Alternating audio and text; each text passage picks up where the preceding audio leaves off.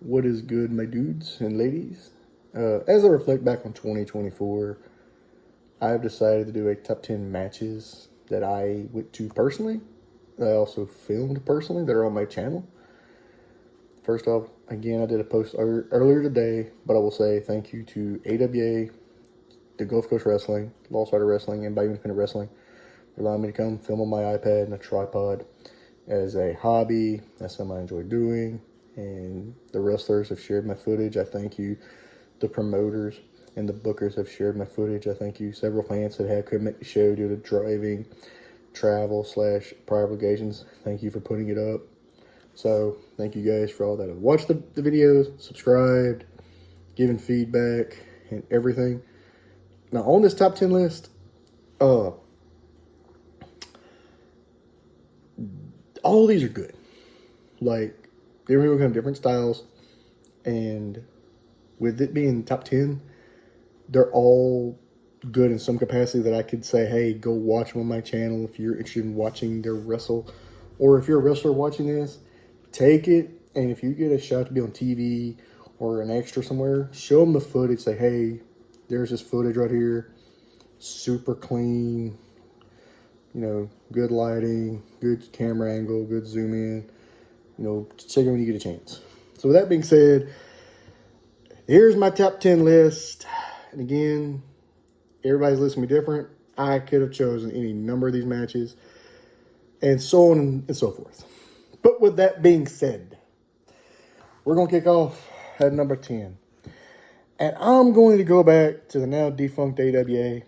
And I don't want to get into issues of why it closed or what all happened. Really and truly sucks, but life goes on. At number 10, I got a three-way match between Wes Warren, Jay Smiles, and Simon Phillips. For those that don't know, they're all three on the coast. Wes is from Vicksburg. Jace and Simon from Louisiana. Simon's used on Pro Wrestling 225 a lot.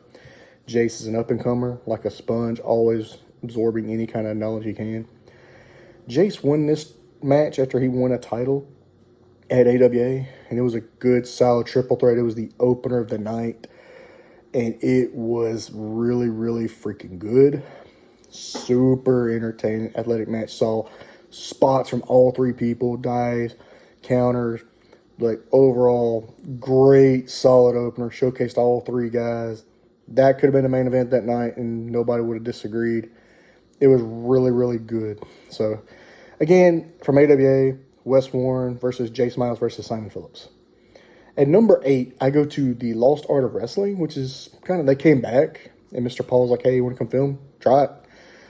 And one of the matches I got to film was Christian Blake versus Ray Fury, which you could put that on Pro Wrestling 225. You could put it on Bayou Independent Wrestling. You could put it for AWA. You could put it for Gulf Coast Wrestling. And you could even put it on TV. And it'd be the main event or semi-main on any given night, because Christian Blake and Ray Fury can both go. Christian, technical style. He does have the strong style with him. Ray Fury's got the froggy elbow, which apparently nobody can kick out of. And a very good solid back and forth match where Ray won it. But both of those guys, hats off. Great match between both guys. They put butts in seats. Everybody talked about it. Very, very good banger.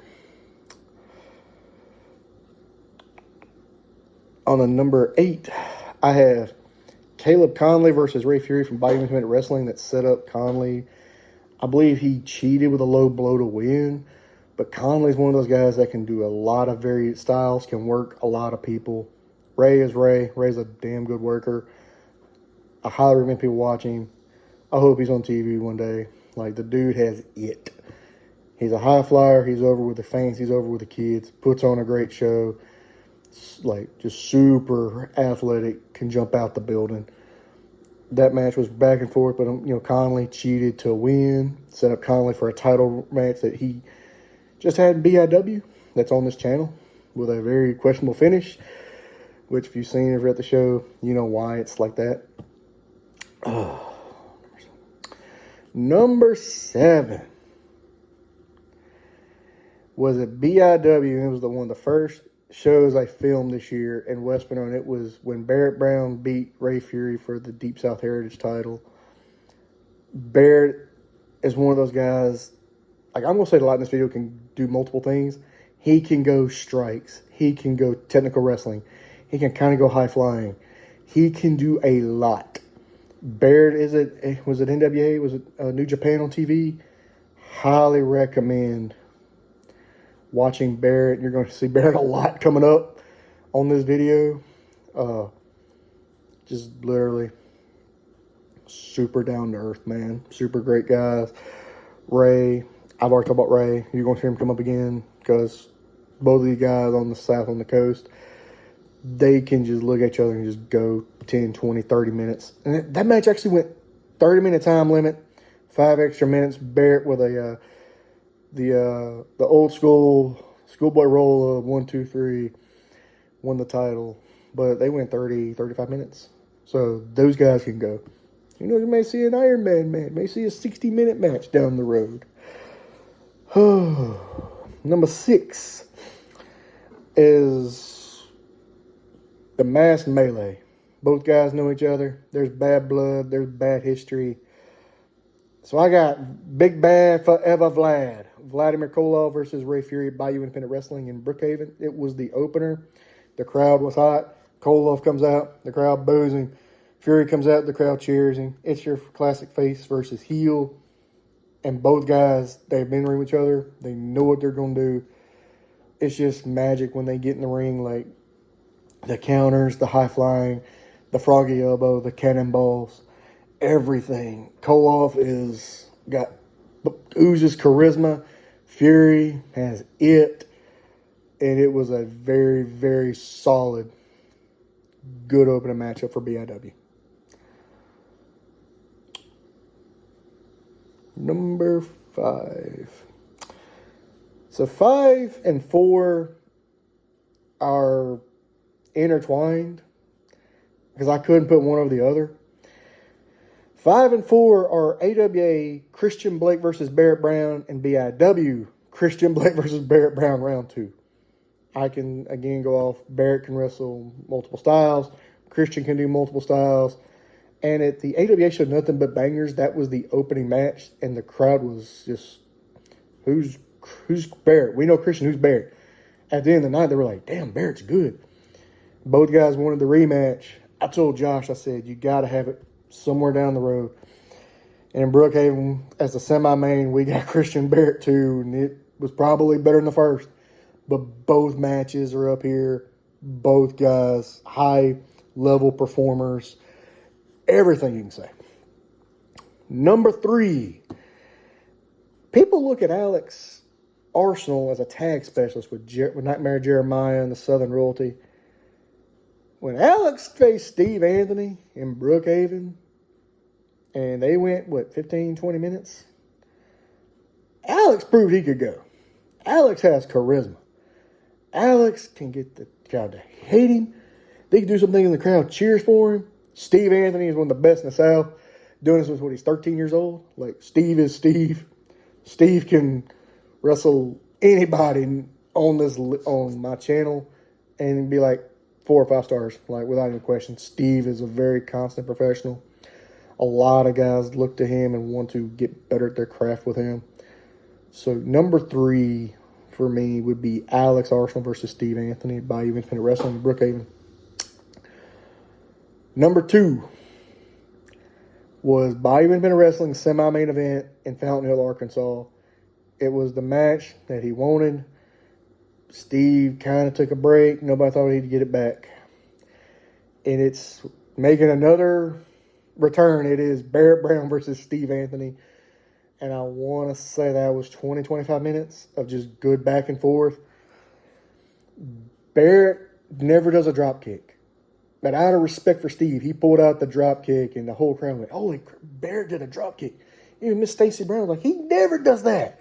Even in seminars and even in ring practice, he never does that. But he did some things with Steve because he respected Steve, and Steve taught him so much. That match was so good. Yeah, Alex Arsenal interfered, which led to the number 3 match, which is Alex versus Steve. But Barrett won, but everybody was like, dude, book Barrett Steve one more time. Title, non-title. Just let the guys go 20, 25, 30 minutes. Both guys want it. Both guys are deserving of the time. It's a main event anywhere in Texas, Louisiana, Mississippi, Arkansas. Everybody is just, everybody loves Steve. Everybody loves Barrett. Great professionals. Like, love, respect both of them and their families to death. It shows. And number one, I'm biased because I was there. I witnessed it. I did all these, by the way, but this next one was very kind of special to me because it was my next last show of the year. It was the three-way hardcore anything goes between Nightmare Jeremiah, Thaddeus Takeover Collins, and the Reborn Ashton that made the triple threat out of nowhere. It saw a ladder getting broke. It saw weapons getting broke. It saw people get thrown in the casket. It showed part of the VIP area getting destroyed. It showed referee Shane getting killed by like 4 or 5 people in the ring. He getting it with everything. It had Vlade Claus handing out presents for the wrestlers. It was wild, hectic, chaotic, fun to be around. The guys were just going nonstop. They took shot after shot after shot. It was just destroy this, destroy that, use this weapon, use this as weapon. In the end, ever since AWA ended, Nightmare Jeremiah lost his AWA Heritage title, which was like year and a half, 2 years. No losses, always defended it. And when they went defunct, he, surrendered it. Thus, that title is not active right now, so kind of sort of retired.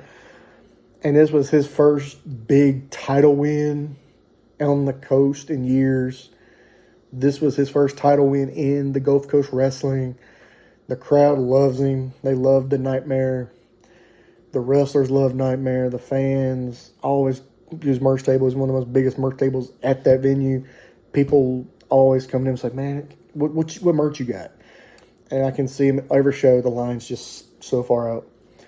But anyway, that is my list of my top 10 matches of the year.